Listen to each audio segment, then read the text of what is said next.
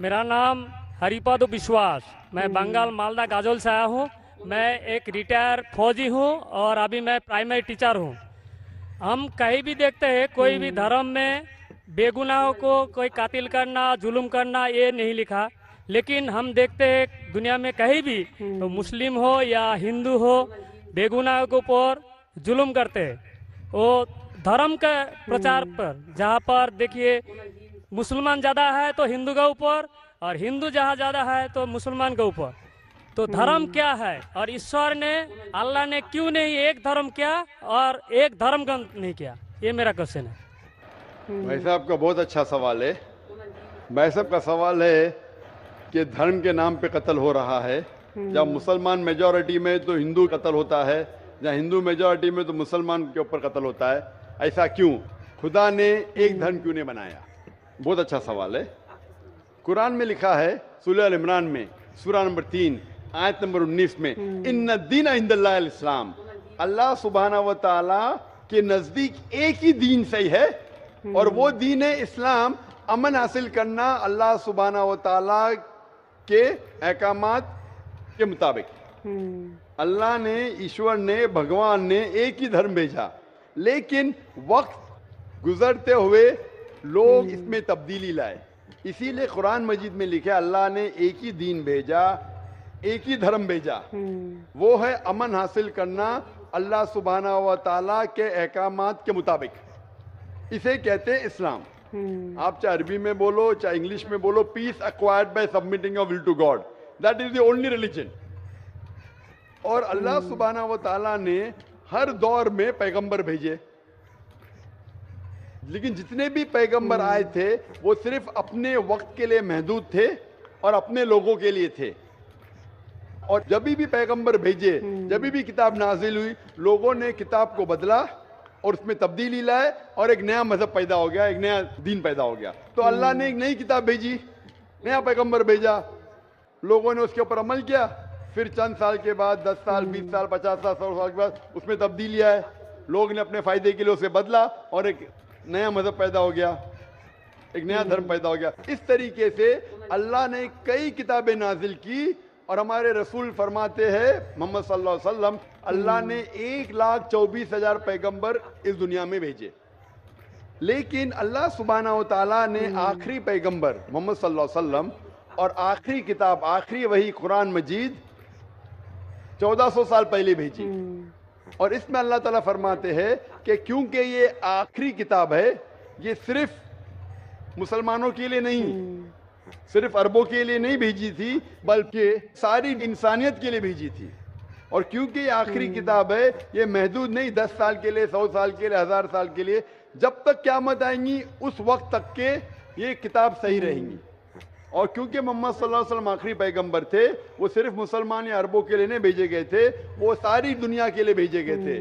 तो आज जो भी इंसान है, चाहे वो हिंदुस्तान में है, चाहे पाकिस्तान में, चाहे सऊदी अरेबिया में, चाहे यूएसए में, चाहे इंग्लैंड में, उसे आखिरी पैगाम अल्लाह का, खुदा का, उसके ऊपर अमल करना चाहिए, वो कुरान और आखिरी पैगंबर मोहम्मद सल्लल्लाहु अलैहि वसल्लम पे अमल करना चाहिए। फिर आपको अमन मिलेंगी और इंशाअल्लाह खून खराबा नहीं रहेगा। मैं मानता हूं आपकी बात कि अक्सर आप देखते मेजॉरिटी माइनॉरिटी पे जुल्म करता है। मैं आपसे पूछना चाहता हूं भाई साहब, इस किशनगंज में मेजॉरिटी मुस्लिम की है क्या हिंदू की है?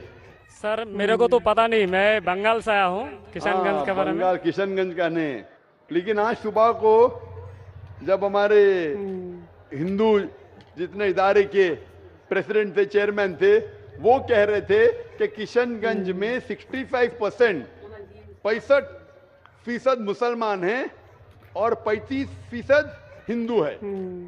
उसके बावजूद इस किशनगंज ये मिसाल है हिंदुस्तान में कि कभी भी हिंदू मुस्लिम का राइट नहीं हुआ। धर्म के नाम पे किसी मुसलमान ने कोई हिंदू को ना कत्ल किया, ना हिंदू ने मुसलमान को कत्ल किया। एक पॉलिटिशियन एमएलए साहब कह रहे थे खाली वोटिंग के टाइम पे कभी कभी होता है हिंदू मुस्लिम के अंदर किसको वोट देना, उसको छोड़ के कभी भी यहां दंगे फसाद नहीं हुए। तो ये मिसाल है कि मेजॉरिटी में होने के बावजूद आप देखते कितना अमन है। और आप खुश नसीब है क्या मीडिया ये अमन को खराब नहीं कर रही। मीडिया को पता चल जाएगा मुसलमान अमन से रह रहे तो आपके अमन और शांति को अशांति में बदल देंगी। सबसे अच्छी मिसाल है कश्मीर। कश्मीर में देखो क्या हो रहा है। मीडिया आप देखेंगे, मीडिया इतना उसके पीछे लग गई कि शांति को अशांति में बदल दी। तो मैं अल्लाह से दुआ करता हूं कि किशनगंज का माहौल अमन रहे। आप मीडिया से बचिए, आप सही धर्म का पालन कीजिए, इंशाअल्लाह आपको अमन और शांति मिलेंगी। लेकिन आपके सवाल का जवाब ये है कि अल्लाह ने, ईश्वर ने, खुदा ने एक ही दीन भेजा है, वो है अमन हासिल करना। ईश्वर, भगवान, अल्लाह के जो भी अहकामात है उसको अमल में लाने के बाद, और हर इंसान अगर ये ढूंढे कि सही ईश्वर कौन है और उसका कहना क्या है, तो इंशाअल्लाह दुनिया में अमन रहेगा। लेकिन कई लोग नहीं चाहते कि दुनिया में अमन रहे, इसीलिए वो देखते हैं इस हमारे हिंदुस्तान में, सारी दुनिया में हिंदुस्तान एक ऐसा मुल्क है जहां सबसे ज्यादा मजहब के नाम पे राइट्स हुए, दंगे फसाद हुए। और इसका मैं ब्लेम डालता हूं हिंदुस्तानी नागरिक पे ने, हिंदुस्तानी पॉलिटिशियन पे, क्योंकि अंग्रेज ने हमारे देश को बांटा। अंग्रेज आए थे हिंदुस्तान में तिजारत करने के लिए, लेकिन हम पे हुकूमत की। उनकी पॉलिसी थी डिवाइड एंड रूल, हिंदू मुस्लिम को डिवाइड किया और हम पे राज किया। अंग्रेज तो चले गए, अपनी राजनीति छोड़ गए पीछे। इसीलिए मैंने एक तकरीर किया हूं, इस टेररिज्म मुस्लिम मोनोपोली, और कहा जितने भी आप दंगे फसाद देखेंगे दुनिया में, जितने भी टेररिस्ट एक्ट डायरेक्टली और इनडायरेक्टली कहीं ना कहीं पॉलिटिशियन का हाथ है। चाहे बाबरी मस्जिद लो, चाहे गुजरात लो, चाहे 9/11 लो, चाहे अफगानिस्तान लो, चाहे इराक लो, चाहे पैलेस्टाइन लो, ये सब में राजनीति का हाथ है। लोग चाहते हैं कि हमारे वोट बैंक में लोग हमें वोट दे, तो सबसे आसान तरीका है कि आपस में लड़ाओ मजहब के नाम पे। नहीं तो आमतौर पे मैं समझता हूं हिंदुस्तानी जो नागरिक है, हिंदू और मुस्लिम, माशाअल्लाह आपस में अमन चाहते, आपस में एक दूसरे से प्यार करते। लेकिन इस शांति, इस अमन को अक्सर कुछ लोग अपने फायदे के लिए इसको तोड़ना चाहते हैं, इसको भ्रष्ट करना चाहते। इसीलिए आप देखते कि ये राइट्स होते हैं। अल्हम्दुलिल्लाह किशनगंज एक मिसाल है, और मैं दरखास्त करूंगा किशनगंज के पॉलिटिशियन से कि इस अमन को इंशाअल्लाह बरकरार रखे। आप हक पे रहो, आपको वोट मिलेगा, यहाँ नहीं मिलेगा, ऊपर तो सीट मिलेंगी। मैं हमेशा पॉलिटिशियन से कहता हूँ आप हक पे जमे रहो, चाहे आपका नुकसान हो। यहाँ सीट नहीं मिलेंगी, ऊपर तो मिलेंगी। ये सीट तो टेम्परेरी है, ये सीट आपकी दुनिया की टेम्परेरी है। कितने साल जिएंगे आप? 50 साल, 60 साल, 80 साल, कितने साल जिएंगे? ऊपर की तो परमानेंट सीट है ना। ये सीट को छोड़िए, आखिरत की सीट की फिक्र कीजिए। तो इसीलिए जो ईश्वर का पैगाम है, खुदा का पैगाम है, अल्लाह का पैगाम है, हक पे रहिए और हक का साथ दीजिए। चाहे आपको यहाँ सीट मिली क्या नहीं मिली, आखिरत में तो मिलेंगी और वो हमेशा आपके साथ रहेंगी। Hope that answers the question.